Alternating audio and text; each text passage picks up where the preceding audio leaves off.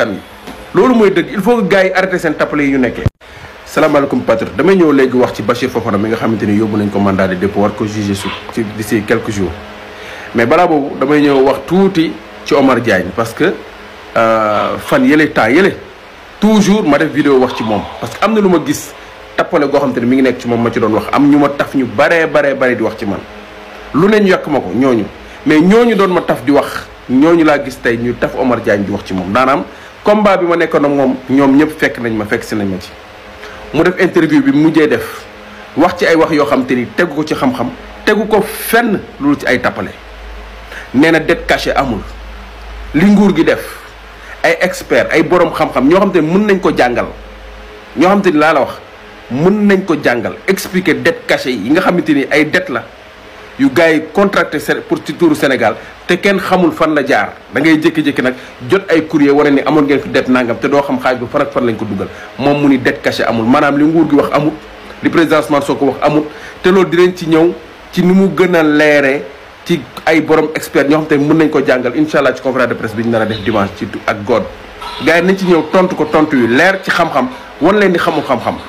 wan na wax na ci émission boobu aussi muy du impôt moo yor réew impôt mënut a développé réew loolu xam ngeen waxu tappale la dëkk tubaab bi bu ñu melee ni ñu mel te impôt la lu ñu jëlee ci askan ci impôt ak ay taxes yu jël ci nit ñi ci lañ moom lañ defaree seen réew yi ñu ci bëri amuñu ressource ñu ci bëri amuñu ay ressource moom mu ni impôt mënut a développé am réew loolu du dëgg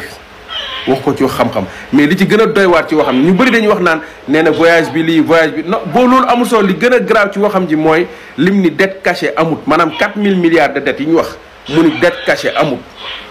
mu ni loolu du dëgg te moom waxul lan moo tax du dëgg waxul li am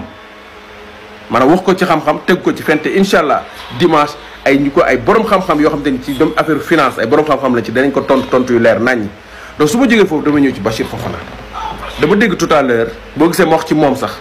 mooy journaliste RFI bi nga xam ne représentant RFI bi nekk Dakar mu ni le journaliste Bachir Fofana loolu laa bëggoon wax que ni Bachir Fofana n'est plus un journaliste c'est lui-même qui l'a dit dans beaucoup de ses émissions moom yi mu daf ci wax ni moom du journaliste bàyyi na démissionné nekkatul journaliste ça et ça damay demander surtout les jeunes patriotes nañ dem seeti vidéo yi c'est-à-dire maa ngi ko doon seet mais gisuma ko mais émission yu bëri bi ñu wax naan buy waxtaan ak nit ñi ba gars yi naa ko ba soo yow journaliste nga daan moom nekkatul journaliste démissionnaire bàyyi na nekkatul journaliste ñun ñëpp xam nañ ko moom moo ko waxal boppam ba amoon beneen liggéey bu ñu ko nomee woon bi ñu ko fa wàccee yàggul mais moom ci boppam moo waxal boppam wax na ko ci émission yu bëri que ni nekkatul journaliste il n'est pas journaliste mais donc bu ñu nekkee ci ay jafe-jafe la ñu nekk ay journaliste bu ñu nekkatul ci ay jafe-jafe nekk seen ay tappale nekk ay sénégalais lambda comme tout le monde ba pare journaliste yi ndax ñoo gën nit ñi quoi c'est-à-dire Sénégal léegi boo nekkee journaliste kenn warul la tëj boo nekkee journaliste kenn warul la convoqué te bi muy def émission la mu doon wax waxu ko au nom waxul ko ci amul benn organe bu mu nekk waxu ko parce que dafa def investigation ñëw taxaw joxoon information da doon affirmer dafa nekk ci politique loolu mooy dëgg donc tappale gi yenn journalistes yi nekkee gis naa ay Baba kii lañ koy wax waaw Baba Aïdara lañ koy wax Madiambal Diagne gis ay ñu bëri di bind di wax naan le journaliste Bachir Fofana il n'est plus journaliste et c'est lui-même qui l'a dit dans beaucoup d'émissions il a affirmé que ni moom nekkatul journaliste c'est un politicien nekkoon candidat ci élection locale yi passé fële ci boori Vélingara loolu mooy dëgg nekkatul journaliste donc ça il faut que mu clair ñi nga xam te dañuy bind ay presse ay yenn ñi nga xam te ni ay ni ñu ko saxam ay alintune ak yooyu il faut que ñu dimbali ñu ci seen wax yooyu ñu wax te xam ni ñi nekk ci kaso ba foofu noonu gënul Khalifa rappeur bi nga xam te ni c'est un patriote tooñ diffamation ñu tëj ko ci kaso bi ak ñeneen ñi ngi ci kaso bi ñam fa fekk noonu gënu leen donc il faut que journalistes yi xam ni ay nit la ñu moomuñu nit ñi journaliste bu fi def lu yoon nga diffamer nit bu ñu la porter plainte dañ laa war a téye amul ay liberté de presse ay nangam nit ñaa ngi seen plateau yi di wax li ñuy wax ànduñoo nguur gi mais teg ko ci xam-xam teg ko ci yoon kenn leen wax dara mais nga toog fenal nit maanaam moom fenal benn nit de fenal na Guy Marius Sagna mënoon na ko porter plainte fenal na Cheikh Gueye bi nga xamante ni moom la wax ni moo gagné marché bi fenal président assemblée nationale ñoom ñett ñëpp mënoon nañu ko porter plainte te jour procès bi incha allah nañ te ko tegal vidéo fenn yi mu fenn jéggul ci kanamu askan wi loolu mooy dëgg il faut que gars yi arrêté seen tappale yi ñu nekkee.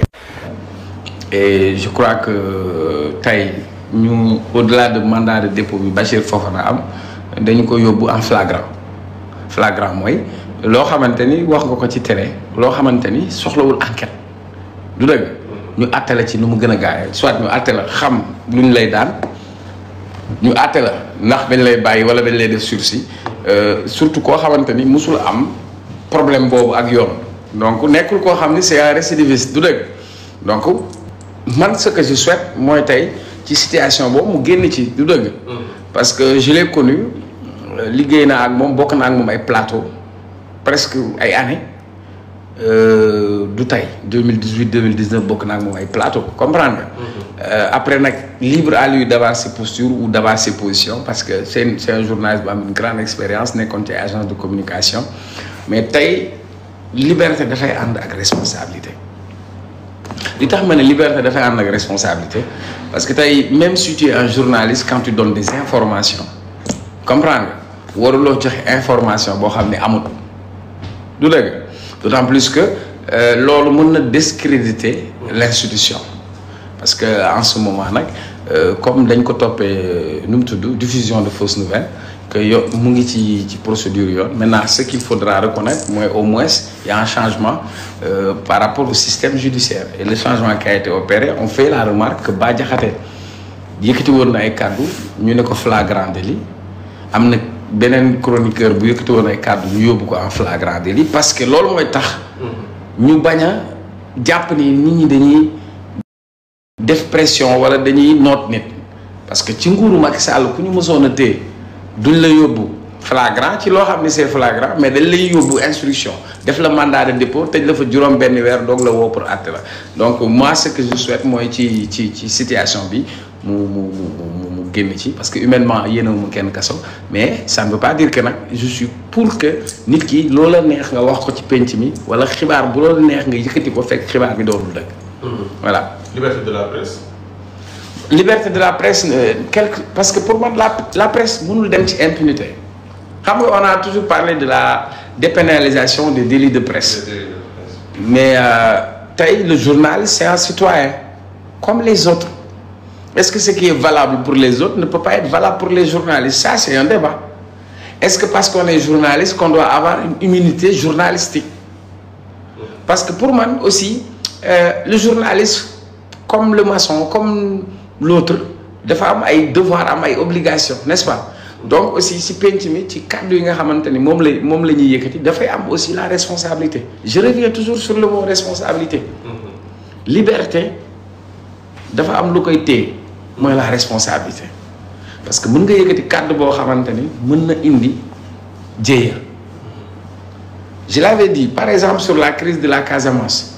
am na ku toog assemblée la toog ab député la ñëw wax dara loo xam ne nekkul dëgg par exemple ci assemblée nationale ci guerru Casamance. fii ci Sénégal tey nañ fi ay journalistes parce que waxoon nañ ci mbiru crise Casamance par exemple donc kon moi je demande ñëpp ñi nga xamante ne ñoo nekk ci penc mi nit ki am nga sañ-sañu wax sa xalaat. mën nga critiquer. ñëpp ñu wax ne bu ñu continuer ci lancé bi daal nañ bàyyi nit ñi jaay doole la ak yooyu Alioune Tine qui te dit que non benn. démenti rek doyoon na ci jarul woon muy yegg fii nii yëpp ban gis-gis nga am ak yow. waaw mais xam nga mooy li ma lay wax parce que ci penc mi ku nekk aussi en fonction de fi nga féete fa ngay analyser. mais man damay nangul ku nekk sa analyse parce que moi je suis pour j'aime bien démarrer avec toi tu sais pourquoi. parce que moi je viens tu me parles de développement. tu me parles d'économie tu me parles d'agriculture. mais malheureusement ici c'est comme si. c'est dans la communication c'était quoi l'objectif de dire que kon ñii dañu sàcc c'était ça l'objectif de dire que ouais je pose cette question est-ce que la liberté nous permet de dire des contre-vérités est-ce que c'est au nom même de cette liberté nous permet de prendre la parole sur certains sujets nga yëkkati kàddu yoo xam ni amul wala journaliste bu ñu la woowee nga ne selon mes sources. pour man loolu aussi il faut qu'on appelle tous les acteurs à plus de responsabilité. il n'est pas souhaitable que ñuy jàpp ay nit di leen tëj parce que moi je ne le souhaite à personne. d'autant plus que quand tu arrêtes un journaliste on va dire ouais un journaliste a été arrêté et cetera mën na am sax yeneen répercussions tu vas voir le corporalisme journalistique les journalistes vont dire ouais on a pris quelqu'un c'est comprendre nga mais tey. waruñu nekk ci dimension bu heurté entre les gouvernants et la presse les gouvernants li ñuy liggéey il faut que presse bi mu ciy jàll. du dëgg. di ko wane mais tey ban presse la ñu am grand posons-nous la question. ban presse la ñu am. oui mais su fekkee ndaw si day toog konganaa xam nga konganaa. konganaa day toog wut ay nit di leen pëtëxal suñuy wax mu naan waaw di leen ñëw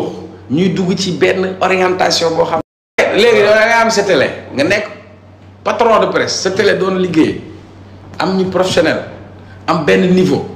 am ko ci crédibilité am ko ci dayoo. mais comme ils ne sont pas maniables ni manipulables tu vas aller chercher ay xottu bopp yoo xamante ni dañuy toog di def dictée préparé nga leen di orienté ñuy wax loo xam ni arrangé na la wala ñuy xool ñoom fi nga bëgg ñu xool est-ce que presse boobu lañ mérité ñun tey c'est ça l'interrogation principale parce que pour man nit ki li nga gën a am mooy sa crédibilité. La crédibilité elle est importante. Première sanction pour un journaliste mooy wax nga lu dul dëgg. waaw mais wax lu dul dëgg bu ñu demee ba doonatul gàcce ci penc mi. oui mais nit ñi di concours wax. wala kon nañ ndëpp rek nañ def ndëpp rek. comme yàgg nañoo ndëppal presse bi nañu ndëpp rek. ndëpp bi mooy introspection ndëpp bi mooy li ñuy wax organiser ndëpp bi mooy li nga xam ne moom la texte yi tënku parce que journaliste bi du malaaka. nit la comme mécanicien comme keneen mais au nom de quoi un journaliste su defee lu defuwul ñu ne non parce que c'est un journaliste c'est une question de responsabilité aussi. du dëgg